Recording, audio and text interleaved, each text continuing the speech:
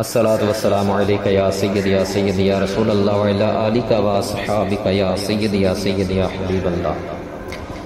حضرت سیدنا انس رضی اللہ تعالی عنہ سے روایت ہے کہ رسول اکرم رحمت عالم نور مجسم شاہ بنی آدم علیہ السلام کا فرمان معظم ہے، جس شخص نے قرآن پاک سیکھا اور سکھایا اور جو کچھ قرآن پاک میں ہے اس پر عمل کیا، قرآن شریف اس کی شفاعت کرے گا اور جنت میں لے جائے گا۔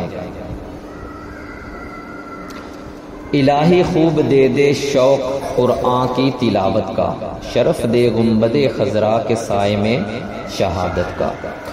حضرت سیدنا انس رضی اللہ تعالیٰ عنہ سے روایت ہے کہ جس شخص نے قرآن مجید کی ایک آیت یا دین کی کوئی سنت سکھائی، قیامت کے دن اللہ تبارک و تعالیٰ اس کے لیے ایسا ثواب تیار فرمائے گا کہ اس سے بہتر ثواب کسی کے لیے بھی نہیں ہوگا۔ تلاوت کروں ہر گھڑی یا الہی، بکو نہ کبھی بھی میں واہی تباہی۔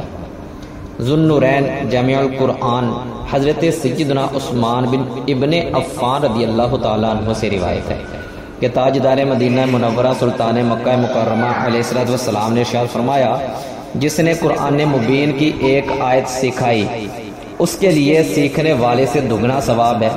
ایک اور حدیث پاک میں ہے، حضرت سیدنا انس رضی اللہ تعالیٰ عنہ سے روایت ہے کہ خاتم المرسلین شفیع المذنبین رحمت للعالمین علیہ السلام فرماتے ہیں، جس نے قرآن عظیم کی ایک آیت سکھائی، جب تک اس آیت کی تلاوت ہوتی رہے گی اس کے لیے ثواب جاری رہے گا۔